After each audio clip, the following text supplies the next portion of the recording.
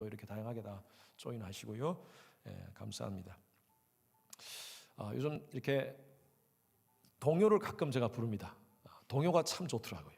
어릴 때는 무심코 아무 생각 없이 불렀던 그런 노래들을 다시 가사를 생각하니까요, 얼마나 참 이 감동이 되는지 몰라요. 최근에 제가 불렀던 갑자기 떠올랐던 노래 가운데 이런 노래가 있습니다. 이슬비 내리는 이른 아침에, 아시는 분은 고개만 끄덕끄덕 하세요. 우산셋이 나란히 걸어갑니다.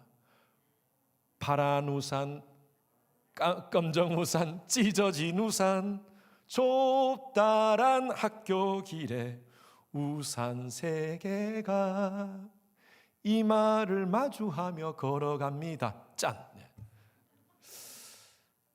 이 노래가 갑자기 생각났어요. 생각나서 이 노래에 대한 좀 히스토리를 제가 좀 찾아봤습니다. 1948년도에 만들어진 아주 오래된 동요입니다. 그런데 이 노래에 그 당시의 시대상, 사회상이 담겨져 있더라고요. 이 작가는 새 아이들이 우산을 쓰고 가는 모습을 이렇게 그렸지만, 그 당시에요, 조선 후기 또 일제시대에 가장 비싸고 좋은 우산이 바로 파란 우산이었습니다. 그런데 이 노래 가사가 방금도 누가 말씀하셨지만 파란 우산, 빨간 우산, 찢어진 우산 하지 않고 파란 우산, 검정 우산, 검은 우산입니다. 검은 우산. 파란 우산이 가장 높은 비싼 파란 우산이었고요. 그 다음에 오칠을 한, 좀 먹지 않도록 오칠을 한 우산, 검정 우산이 그 다음에 비싼 우산이었답니다. 그리고 가장 싼 우산, 이 사람 저 사람 쓰다가 중고품, 찢어진 우산. 그래서 이 작가가 아이들이 우산을 쏘고 가는 것도 계층이 있는 거예요. 부잣집 아이, 보통집 아이, 아주 가난한 아이. 그 우산을 보면서 아마 그렇게 성적으로 만들어진 동요 있지 않은가, 그렇게 생각합니다. 한국에 지금 요즘 한 2주 전부터, 2, 3주 전부터 우산 때문에 굉장히 큰일이 있었습니다. 지난주에 한 2주 전이죠. 한 아프가니스탄 특별 입국자들이 입국 과정에서 법무부의 차관이 비 오는 날 브리핑을 했습니다. 브리핑을 하는데 한 10분간 브리핑을 하는데 이 사진이 큰 이슈를 만들었습니다. 이 사진입니다.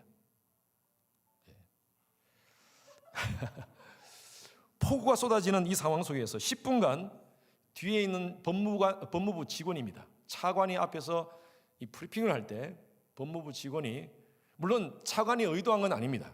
차관이 이렇게 하라는 건 아닌데 신문 기자들이 우산을 옆에 쓰고 있으니까 뒤로 가세요. 뒤로 가세요.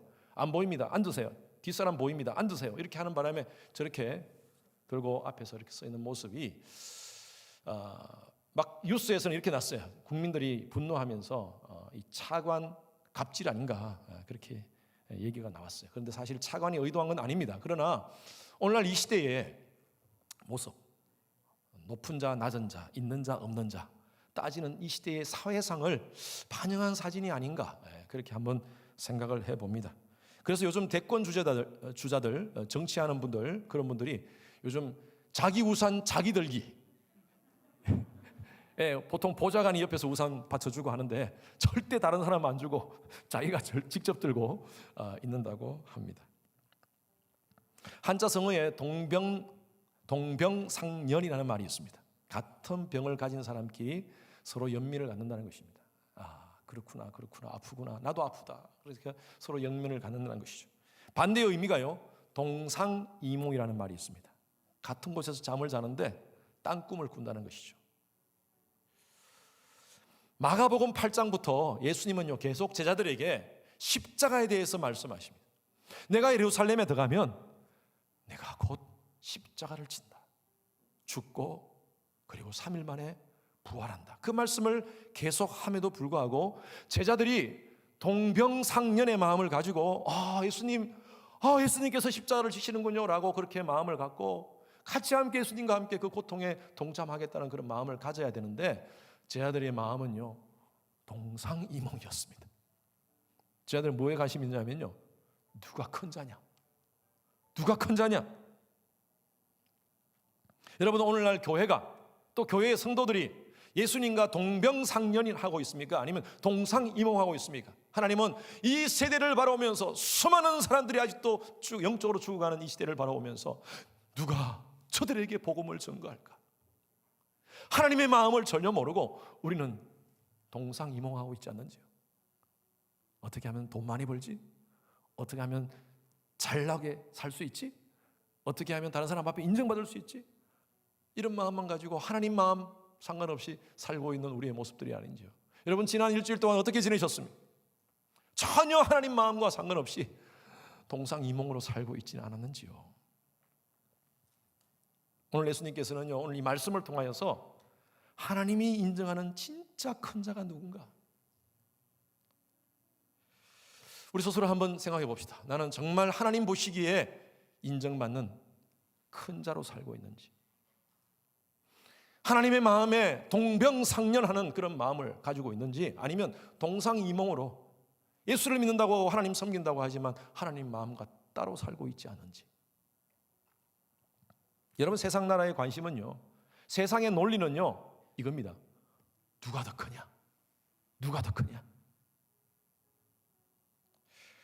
9장 31절 말씀 같이 보겠습니다. 시작. 이는 제 아들을 가르치시며 또 인자가 사람의 손에 넘겨져 죽임을 당하고 죽은 지 3일 만에 살아나리라 라는 것을 말씀하셨기 때문이더라. 그러나 제자들은 이 말씀을 깨닫지 못하고 묻기도 두려워하더라. 예수님께서 예루살렘에 올라가면 내가 죽임을 당하고 십자가를 지고 내가 죽임을 당한다는 이 말씀을 지금 두 번째 예고를 하신 거예요. 그럼에도 불구하고 제자들은요 뭐라고 표현하고 있어요? 이 말씀을 깨닫지도 못하고, 깨닫지 못했어요. 왜? 동상이몽이에요. 딴 데 마음이 딴 데 가 있는 거예요. 인정하고 싶지도 않았어요. 여러분, 사람은요 자기가 듣고 싶은 대로 듣고요, 보고 싶은 대로 보고요, 믿고 싶은 대로 믿는 그런 경향이 있습니다. 이것을 심리학 용어로 확증 편향이라고 합니다. confirmation bias라고 해요. 자기의 견해와 일치하는 주장, 그 부분에 대해서는요 그냥 빨리 수용합니다. 그런데 자기의 견해와 주장에 위배되는 그런 정보들은요 무시하거나 아니면 자기식으로 왜곡시켜 버립니다. 이게 확증 편향이라는 말입니다. 이것을 잘 이용하는 것이 뭔지 아세요? 유튜브입니다. 유튜브. 여러분 유튜브 많이 보시죠? 예. 요즘 유튜브를 갓투브라 그럽니다. 갓투브. 거의 신적인 존재예요. 왜? 우리의 생각과 우리의 시간을요 유튜브가 지금 컨트롤하고 있어요. 그런데 이 유튜브가요, 유튜브 알고리즘을 이용해 가지고요 우리가 좋아하는 것을 너무너무 잘 알고 있습니다. 그래서 계속 그 좋아하는 것들을 계속 올려줍니다. 여러분 유튜브를 클릭 딱 하면 여러분들이 좋아하는 게 쫙 뜰 겁니다. 왜? 주로 여러분들이 그걸 많이 보시니까. 이거 어떻게 알지? 내가 이거 좋아하는 어떻게 알지? 여러분 기가 막히게 압니다. 유튜브 알고리즘이 그렇게 만들어버려요. 이 AI가 그렇게 하는 겁니다. 예를 들어서 음식 만드는 걸 좋아하면 음식 만드는 사이트에 계속 들어가잖아요. 유튜브에 들어가면 계속 그런 사이트를 계속 제공해 줍니다. 이것도 계속 보게 만들어요. 거기에 그냥 계속 머무르도록 만듭니다. 그렇게 해서 장사하는 거죠, 이 사람들은. 정치적인 편향을 가지고 어떤 사이트를 계속 보면요 거기에 맞는 성향에 맞는 정치 사이트들이 계속 나가게 돼 있어요. 그러니까 거기에 고정시켜 버립니다. 완전 생각을 거기에 고정시켜 버립니다. 딴 건 안 받아들이도록 돼 있는 거예요. 여러분 이것이 바로 확증 편향을 만들어 버리는 거예요. 확증 편향에 빠져 있는 사람은요 다른 사람 말을 안 듣습니다. 이게 대화하잖아요. 여러분들 우리 대화할 때 사람이 눈을 보면 알 수 있어요. 이 사람이 정말 내 말을 듣고 있는지, 아니면 내 말을 듣는 척하면서 자기 말할 걸 생각하고 있는지, 그런 분들이 있습니다. 그 대화하다 보면 눈을 보면 알 수 있어요. 이 사람이 자기 말할 거 생각하고 있는 거예요. 그걸 안 받아들여요. 목회자로서 저도 설교할 때 그걸 느낍니다. 오늘 여러분들이 눈을 다 보니까 말씀을 잘 받고 있어요. 그런데 그런 분들이 있어요. 분명히 하나님 말씀으로 선포되어지면서 진리의 말씀으로 나아가는데 안 받아요. 에이, 저게 말이 되나? 저게 뭐 논리적으로 맞나? 아니, 저게 의학적으로 과학적으로 검증된 얘기인가? 여러분, 하나님의 말씀과 과학이 부닥치면 뭘 받아야 됩니까? 하나님 말씀을 받아야 돼요. 과학적 무슨 적 따지면 안 됩니다. 왜? 과학이 진리입니까? 과학은 자꾸 변하는 겁니다. 하나님 말씀은 어제나 오늘이나 내일이나 변치 않은 말씀인 줄로 믿습니다. 그래서 우리는 제가 늘 여러분들에게 말씀드렸다시피 우리가 하나님 앞에 예배드리는 시간, 그리고 우리가 하나님 앞에 말씀을 듣는 시간은요, 우리의 지정의를 완전히 하나님 함께 surrender, 굴복하는 시간. 우리가 가지고 있는 인본주의적인 사고, 세상적인 논리, 이 모든 것들을 딱 내려놓고 하나님 앞에, 하나님 말씀하십시오. 그래서 제가 늘 설교하기 전에 이 기도를 하는 겁니다.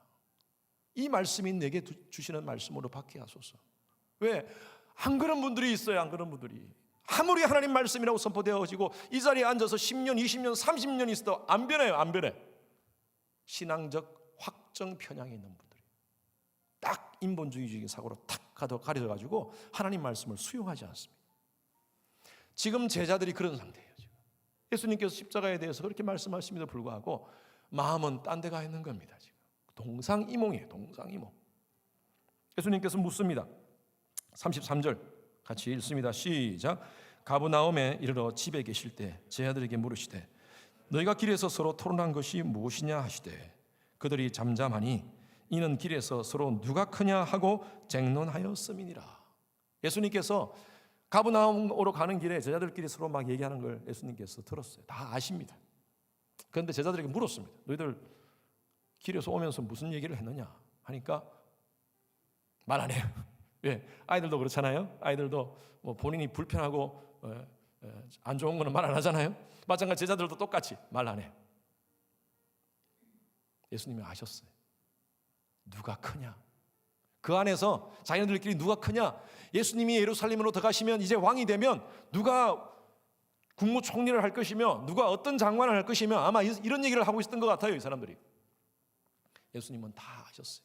십자가에 대해서 그렇게 얘기했음에도 불구하고 제자들은 확증 편향에 빠져가지고 자기들이 출세할 것만 생각하고 누가 크냐만 생각하고 있는 거예요.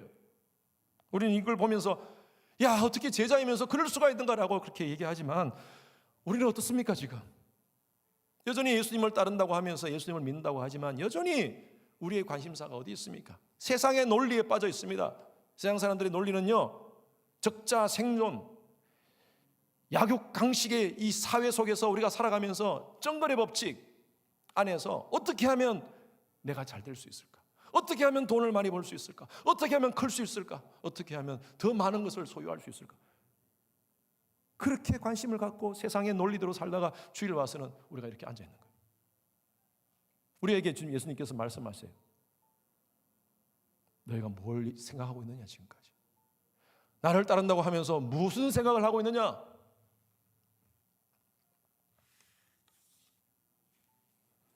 니체가 이런 얘기를 했습니다. 실존주의자 니체가 인간은 권력에 대한 의지가 있다. 이건 인간 본성입니다. 권력을 파워 게임 하고 싶은 마음이 있어요. 그래서 개인 간, 지역 간, 그리고 국가 간 싸우면서 심지어 전쟁하면서 살아갑니다. 왜? 더 많은 파워를 갖고 싶어서. 지금 한국의 대선 주자들 각 진영마다 보면요, 와 어떻게 저럴 수가 있는가? 같은 편인데, 내가 봐도 같은 편인데, 나중에 같이 가야 될 사람들인데 어떻게 저렇게 남들이 아니라 완전히 적과 같이 그렇게 행동하고 있어요. 상대방이 조금만 뭐가 있으면 그냥 물어 뜯어가면서 피를 흘리게 만들고, 상대방을 눌러야지 내가 올라가니까요. 상대방을 눌러야지 내가 올라가니까 앞에 일을 생각하지 않습니다. 지금 내가 올라가야 돼. 여러분, 잘 되고 더 크게 되고 싶고 하는 것은 인간의 본능적인 욕구입니다. 그 자체가 악한 것은 아닙니다. 예수님께서 지금 제자들에게 말씀하시는 첫째가 되고 싶은 욕망 자체를 예수님이 지금 질책하는 게 아니에요. 그런데 예수님의 강조점은 이겁니다. 왜 너희들이 첫째가 되고자 하느냐 이거예요. 역사상 섬김을 받으려고 첫째가 되려고 하는 그런 욕망을 가진 사람들이 얼마나 많은 역사에 악을 만들고 재앙을 만드는지 몰라요. 창세기 4장에 보면 가인과 아벨 얘기가 나옵니다. 하나님께 예물을 드리고 하나님께 예배를 드리는 그 상황 속에서 가인은요, 아벨에 대해서 질투를 합니다. 하나님께 인정받는 모습, 나보다 더 크게 인정받는 모습이 싫어서 가인이 아벨을 죽이지 않습니까? 형이 동생을 죽이게 돼요. 사울도 마찬가지예요. 사울도 다윗이 백성들 앞에서 크게 되는 모습을 보기 싫어서, 자기가 커야 되는데, 내가 인정받아야 되는데 다윗이 인정받는 모습을 보기 싫어서 다윗을 죽이려고 하고 있었어요. 더 크고 더 확실한 권력을 가지기 위해서 역사적으로 엄청난 비극을 만든 사람들이 참 많습니다. 히틀러, 우리가 잘 알지 않습니까? 세계 2차 대전에 유대인들 600만 명을 죽입니다. 자기의 권력을 유지하고 자기의 권력을 합리화시키기 위해서. 김일성, 김정일, 후세인, 이런 사람들, 여러분, 그런 사람들을 우리가 역사적으로 봤을 때 큰 사람이었다라고 평가합니까? 폭군이었습니다. 엄청난 피해 비극을 만들었던 폭군이었습니다. 정도의 차이가 있겠지만 많은 사람들이요, 전부 다 지금 경쟁하고 있어요. 파워게임 하고 있어요. 파워게임. 남자들은 누가 큰가, 누가 센가, 누가 더 많이 소유했나, 누가 더 똑똑한가, 누가 더 우월한가, 누가 높은가, 누가 더 실제적으로 그런 것 때문에 물리적으로도 싸우기도 합니다. 남자들은. 근데 여자들은요, 조금 더 교묘하게 싸우십니다. 누가 더 이쁜가? 어디서 파마했는가? 누구 가방이 더 좋은가? 여러분 죄송합니다. 우리 안 그런 분도 있습니다. 예. 우리 남편이 어느 남편이 더 잘 나가는가? 연봉이 어떻게 되는가? 한국에서 아마 다 여러분들 그런 경험하셨을 거예요. 도로에서 접촉사고 나면요, 탁 나와가지고 목소리 큰 사람이 이긴다 그러지 않습니까? 어떻게 하든 상대방을 눌러버리고 하면 소리 지르다가 안 되면 나중에 너 몇 살이야 하면서 그냥 나이로 누르려고 그러고. 여러분, 이것이 바로 세상의 논리입니다. 세상의 논리. 약육강식, 적자 생존의 논리로 사는 거예요. 지금 세상에서 어떻게 하지? 커야 됩니다. 눌러야 됩니다. 상대방을. 우리 교회 성도님 가운데 성도님이 이런 얘기를 했어요. 어느 날 목사님, 제가 골프를 가끔 이렇게 치는데 예수 믿는 분들하고 골프 칠 때는 마음이 그렇게 편하대요. 특히 우리 교회 성도님들하고 골프 칠 때는 너무너무 기분이 좋대. 끝나면 같이 함께 얘기 나누고 서로 격려하고 또 주일 말씀 받은 거 함께 나누고 그러면서 참 서로 은혜스럽고 참 좋은데, 예수 안 믿는 사람들 전도하기 위해서 그 사람들하고 이렇게 같이 앉아서 골프 치고 같이 얘기 나누면요, 골프 채 이거 얼마짜리인 줄 아느냐, 뭐 내가 지난주에 어디 가서 놀고 나왔다 그런 노는 얘기들, 어디 가면 물이 좋다는 얘기들, 얼마나 불편한지, 마음이 불편한지. 전부 다 세상의 논리대로 사는 거예요.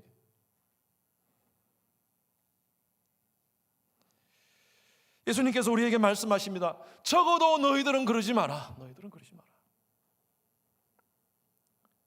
예수님이 이 세상에 오셔서 경쟁하지 않고, 예수님은요 늘 예면 예라고 말씀하셨고요, 아니면 아니오라고 말씀하셨고요, 이 파워 게임으로 살아가는 그 당시에 대제사장 서기관들 그리고 빌라도 앞에서는요 침묵하셨어요.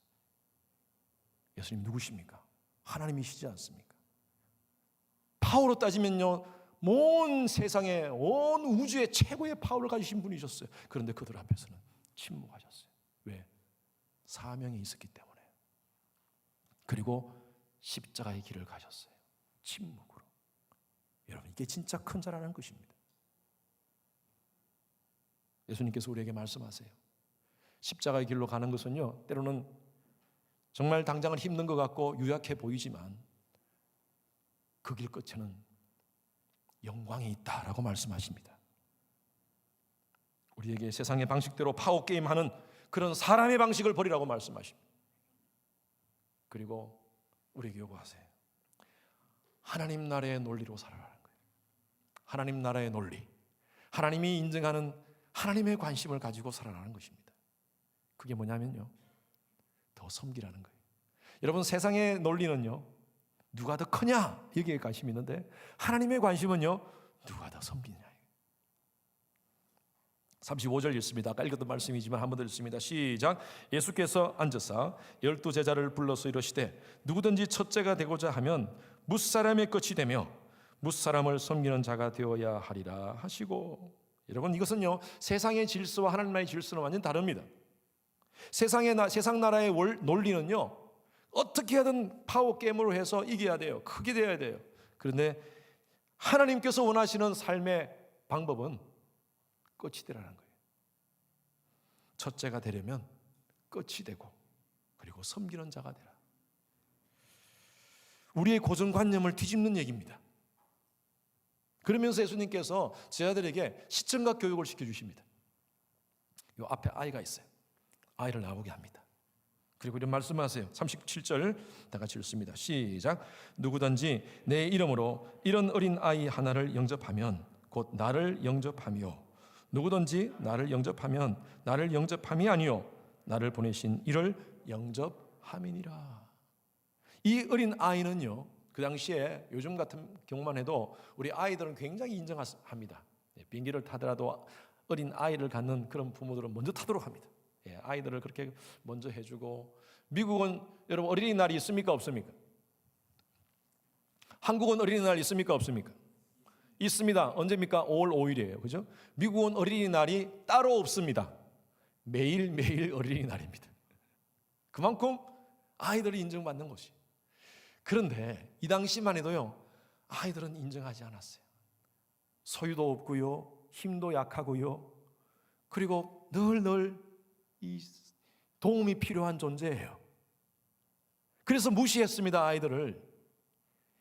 예수님께서 그 상황들을 다 아시고 그 아이를 나오게 해서 이 아이를 영접하라는 거예요. 영접한다는 말은 데코마이라는 이 헬라어를 사용했는데 이 데코마이라는 말은요 웰컴 환영하는 거예요. 어린 아이를 웰컴하라는 의미도 있지만 어린 아이와 같이 힘이 없고 물질적으로도 연약하고 유약하고 그런 사람들을 오히려 더 존중해 주라는 거예요. 누구 이름으로요? 예수 이름으로. 여러분 우리의 본성은요 나한테 도움이 되는 사람한테 더 우리는 잘해줍니다. 우리는 기브앤테이크의 이 논리가 딱 머릿속에 있어요. 이게 세상의 논리 아닙니까? 기브앤테이크. 내가 주면 저 사람이 또 나한테 더 잘해주겠지. 그래서 나한테 더 잘해줄 사람을 내가 좀 섬겨주는 겁니다. 밥을 사더라도 나한테 잘해줄 사람한테 밥을 사요. 그 인간의 본성이에요. 본성. 예수님 말씀하시는 거예요. 너희의 본성으로 살지 말고 내 이름으로 그런 자들을 섬기라는 거예요. 예수님께서 이 땅에 오신 이유가 뭡니까? 인자가 온 것은 섬김을 받으려 함이 아니요 도리어 섬기려 하고 많은 사람을 위하여 대속물로 그의 목숨을 주려 함이라. 예수님께서는 이 땅 가운데 오신 목적이 우리를 위해서 십자가에 달려 죽기 위해서 오셨다고 말씀하고 있어요. 가장 큰 자이신 하나님이 아까 우리 불렀던 찬양 가사와 같이 가장 낮은 곳으로 오셨어요. 그리고 십자가를 지시고 돌아가셨어요. 섬김의 본을 보여주셨습니다. 그래서 예수님은 우리에게 그렇게 섬기라는 겁니다. 저는 개인적으로 요셉을 참 좋아합니다. 요셉은요 정말 하나님이 보시기에 참 큰 자로 살았습니다. 그런데 요셉의 삶을 한번 보십시오. 얼마나 억울한 삶을 살았는지. 형들에 의해서 애굽으로 팔려 들어가가지고 그곳에서 정말 죽을 고생을 합니다. 노예 생활하고 감옥 생활하고. 그럼에도 불구하고 성경은 가만히 보면요 요셉의 삶 속에서 군데군데 하나님이 성경에 기록해 놓는데 하나님께서 여호와께서 요셉과 함께 하시니 요셉의 삶이 형통하였더라. 우리가 인간적으로 봤을 때는 인간적인 논리로 봤을 때는 요셉의 삶이 어떻게 이렇게 이게 형통한 겁니까? 감옥에 들어가고 억울하게 감옥에 들어가고 노예 생활하고 그렇게 살았는데 그런데 그 삶 속에서 요셉의 삶을 한번 성경을 통해서 가만히 보면요 얼마나 섬기는 삶을 살았는지. 보디발의 가정에서도 자기 맡은 일 최선을 다하여 살았어요. 억울한 일 당해서 감옥에 들어갔을 때도 술 맡은 관원장을 잘 섬겼어요. 나중에 애굽의 총리가 됩니다. 그리고 그 주위에 있는 나라들을 잘 섬겼어요. 자기가 맡은 일을 최선을 다하여 섬겼어요. 형들이 곡식을 가지러 왔어요. 형들은 이 나라의 애굽의 총리가 요셉인 줄 모르고 왔었어요. 근데 요셉은 형들을 알았어요. 우리 같으면 어떻게 하겠습니까? 이제 원수는 외나무 다리에서 만났구나. 그냥 형들 한번 잘 만났다. 아마 이럴 거 아닙니까? 제가 왜 이렇게 흥분했죠? 요셉의 심정으로 제가 지금. 요셉이 이렇게 얘기했어요. 형들 놀라지 마십시오. 나를 이곳에 오게 한 것은 다 형들이 아닙니다. 하나님께서 우리 백성을 구원하시기 위해서 나를 미리 이곳으로 보낸 것입니다. 형님들 염려하지 마십시오. 야, 멋지지 않습니까? 이게 용서가 엄청난 섬김입니다. 여러분, 용서 쉽지 않습니다. 하나님께서 요셉의 삶을 축복해 주셨어요.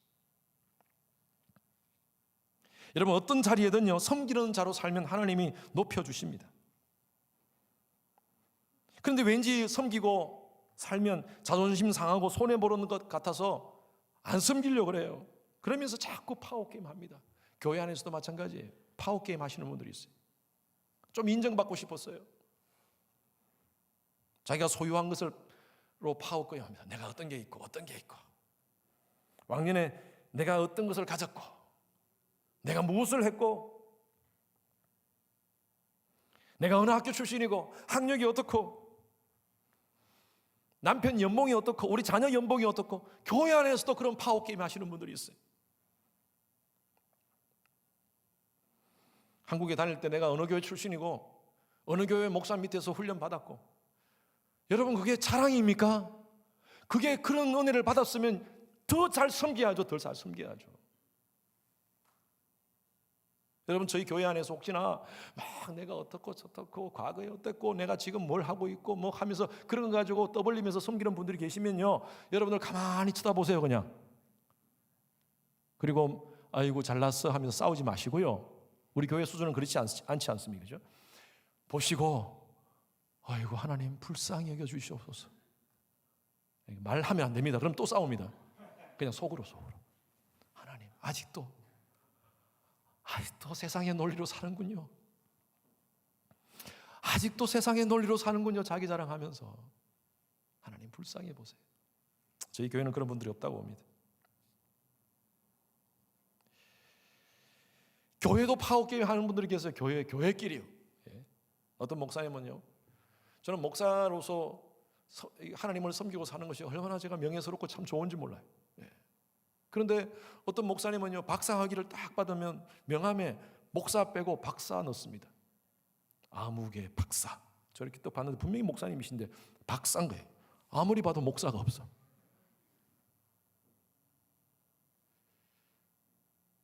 박사가 소중합니까? 목사가 소중합니까? 저 개인적으로는 목사라고 봐요. 얼마나 귀한 직분입니까? 교회도 보면요, 각 지역마다 이 이름은 다 있습니다. 제1교회, 어느 지역 제1교회. 뭐 저는 그렇게 봐요. 그 지역에서 가장 하나님이 정말 인정하는 제일 되는 교회가 되고 싶다는 그런 마음으로 저는 봅니다. 그런데 어떤 교회는 또 이렇게 해요. 제1중앙교회. 이 지역에서 가장 중앙이 된다는 교회. 그렇게 됐으면 좋겠어요. 그런데 우리 교회는 주님의 교회입니다. 더 부담스러운 이름입니다. 여러분, 이거 정말 주님이 책임지는 교회예요. 제가 언젠가 설교 때 말씀드렸죠. 주님의 은, 주님을 위한 주님의 교회가 되겠다고 우리가 주님의 교회입니다. 정말 우리는 주님의 교회인지 아니면 인간의 교회인지 우리 스스로를 한번 생각해 봐야 돼요. 여러분, 이 말씀을 잘못 이해하면요, 예수 믿는 사람은 늘 지고 유약하고 가난하고 꼴찌로 사는 것이 하나님이 인정하는 것인가? 아닙니다. 여러분, 제가 다시 말씀드립니다. 예수님께서 자기의 일에 크게 첫째가 되기 위해서 노력하시는 사람, 그 제자들을 책망한 게 아닙니다. 무엇을 위해서 첫째가 되어야 되는 거예요? 하나님이 인정하는 첫째의 길을 가르쳐 주시는 거예요. 지금 우리가 사업을 하더라도 여러분, 업계에서 성공하기 위해서 최고가 되기 위해서 노력하십시오. 저는 그렇게 부탁하고 싶어요. 여러분, 공부를 하더라도 그 분야에 최고가 되는 학자가 되십시오. 직장 생활을 하더라도 여러분 그 직장에서 그 업무적으로 여러분들이 탁월성과 성실함을 인정받을 수 있도록 일하십시오. 뭐 때문에? 잘 먹고 잘 살기 위해서, 크게 되기 위해서? 그게 아니라 나를 통하여 하나님 나라가 드러나게 하기 위해서. 여러분, 내가 그렇게 섬기는 모습으로, 그런 자리에서 그런 섬기는 모습으로 살면 세상 사람들이 인정하지 않겠어요? 예수쟁이들 손가락 받는데 우리가 그런 모습으로 산다면 여러분 인정하지 않겠습니까? 제가 평신도 시절에, 제가 집사 시절에 한국에서 어느 단체에서 제가 찬양인도를 했습니다. 정기적으로 하는 찬양인도, 영성훈련인데 그 영성훈련은 보통 한 80명 정도가 캔디데이트로 들어오고 그리고 한 80명 정도가 봉사자로 섬깁니다. 참 아름다운 프로그램이에요. 그래서 저는 찬양 인도자로 이렇게 섬기고 늘 섬겼는데 어느 대구 지역에서 하는 그 영성 훈련인데 경주에서 했습니다. 경주에 어떤 생활관을 빌려가지고 그곳에서 그 영성 훈련을 했습니다. 그런데 화장실을 갈 때마다 제가 놀라는 거예요. 화장실이 너무너무 깨끗한 곳이에요. 그곳이 그렇게 아주 새 건물이 아니었습니다. 그럼에도 불구하고 화장실을 가면 남자 화장실에 향기가 나는 거예요. 향기. 그리고 아침 저녁으로 꽃이 바뀌어지는 거예요. 꽃. 아니 아침에 꽂아놓으면 저녁까지 가는데 오후에 가면 꽃이 바뀌어져요. 꽃이 다 꽂혀 있고 변기가 반질반질반질하고. 야, 누가 이거 섬기시나? 근데 제가 화장실을 그 강의 중간에 제가 한번 화장실을 갔었어요. 급해가지고. 그래서 제가 화장실로 가서 강의 중간에 화장실을 혼자 갔는데 보니까 어떤 분이 엎드려가지고 변기를 닦고 있는 거예요. 근데 보니까 내가 깜짝 놀랐어요. 제가 아는 집사님이세요. 근데 그분이 누구냐 하면 그 당시에 누구라도 다 아는 대구 지역에서 가장 큰 기업을 운영하시는 회장님이세요. 집사님이세요. 그분이 거기 엎드려가지고 변기 닦고 있는 거예요. 그래서 집사님. 아유, 집사님이 가셨군요. 아, 예 하면서 거의 한 60 가까이 되신 분이셨는데 그때. 제가 감동이 되는 거예요. 세상적인 논리로 봤을 때는 그분이 거기에 엎드려서 변기 닦을 이유가 없는 겁니다. 근데 이분이 하나님의 은혜를 받았어요. 그래가지고 자기가 이 3박 4일 동안 남자 화장실에 가서 내가 남자 화장실은 내가 책임지겠습니다라고 이렇게 자원하셨대. 3박 4일 동안 얼마나 깨끗한지 화장실이. 여러분, 예수님의 섬김이 우리에게 감동을 주는 것은요, 천지 만물을 창조하신 하나님이 인간을 몸을 입고 이 땅 가운데 오셔서 십자가에 달려 죽기까지 우리를 섬겨주셨기 때문에 우리에게 감동을 주시는 거예요. 그래서 왜 우리가 섬겨야 되는가? 우리가 왜 열심히 삶을 살아야 되는가? 우리가 우리의 맡은 일을 왜 최선을 다해야 되는가? 더 잘 섬기기 위해서. 더 잘 섬기기 위해서. 우리 자녀들한테도 여러분 그렇게 가르쳤으면 좋겠어요.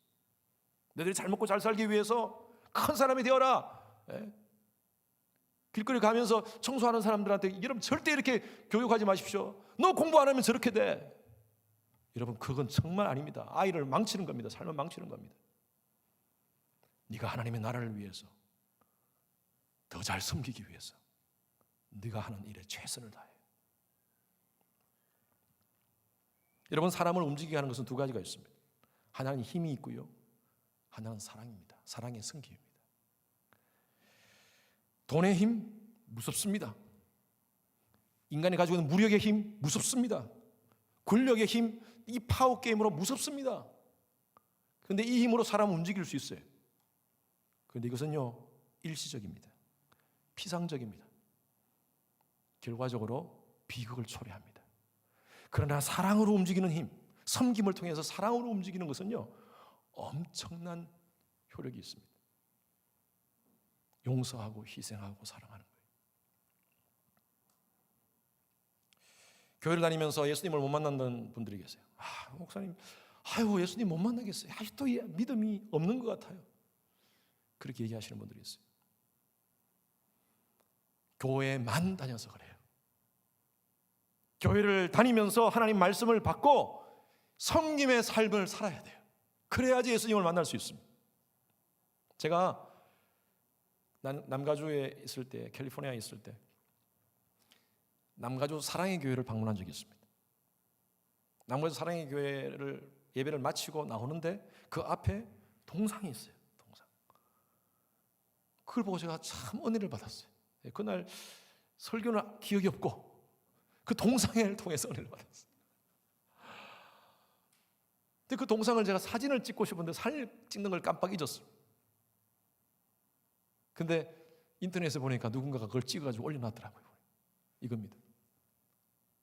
예수님께서 제자의 발을 씻는 모습이에요. 근데 이 자체보다도 제가, 이건 뭐 우리가 많이 아는 내용 아닙니까? 그런데 그 앞에 보면 팻말 보이십니까? 팻말이 글이 안 보이시죠? 저게 뭐라고 적혔냐 하면요, 예수님의 얼굴을 보고 싶습니까? 무릎을 꿇으십시오. 예수님의 얼굴을 보고 싶습니까? 무릎을 꿇으십시오. 여러분, 제가 서서는 절대 예수님의 얼굴이 안 보이더라고요. 그런데 저도 저걸 보고 무릎을 꿇었습니다. 무릎을 꿇어서 보니까 예수님의 얼굴이 보이더라고요. 여러분, 그래요. 우리는 서서요, 뭐 예수 뭐 섬긴다고, 예수 믿는다고 그렇게 하지만 아직도 세상의 논리로, 세상적인 어떤 파워 게임 하는 방법으로 우리가 여전히 우리의 사고가 변화되지 않으면요, 우리는 여전히 그렇게 삽니다. 신앙도 성장하지 못하고 예수님도 만나지 못하고 그렇게 살 수 있어요. 그러나 예수님의 섬김처럼 우리도 섬겨야 돼요. 무릎 꿇어야 돼요. 누군가를 섬겨야 돼요. 그러면 우리는 예수님 만날 수 있어요. 아멘입니까? 예. 남을 사랑하지 않으면 진짜 예수님을 볼 수가 없습니다. 아직도 우리 주위에 우리가 섬겨야 될 분들이 참 많습니다. 힘들고 어려운 분들, 정말 어린 아이와 같이 연약한 사람들, 우리 주위에 얼마나 많은지 몰라요.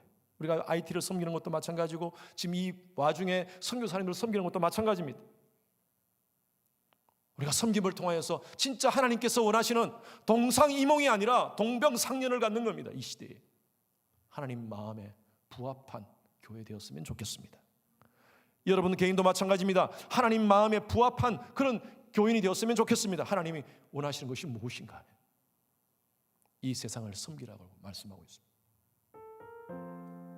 예수님의 손과 발이 되어서 이 세상을 섬기라고 말씀하고 있습니다. 우리가 진짜 예수님의 제자 맞습니까? 우리가 계속 지금 마커스 우리가 부르짖고 있는데, 여러분 정말 예수의 흔적이 드러나는 여러분 삶을 살고 있습니까? 지난 한 주일의 삶, 아니 우리의 지금 지난 시간들 얼만큼 하나님 마음에 합한 삶을 살고 있습니다. 오늘 말씀 여러분 받고 세상의 논리가 아니라 하나님의 나라의 논리로 세상을 섬기며 살아가는 여러분 되시기를 주님 이름으로 축원합니다. 우리 찬양 같이 부를게요. 주의 부르심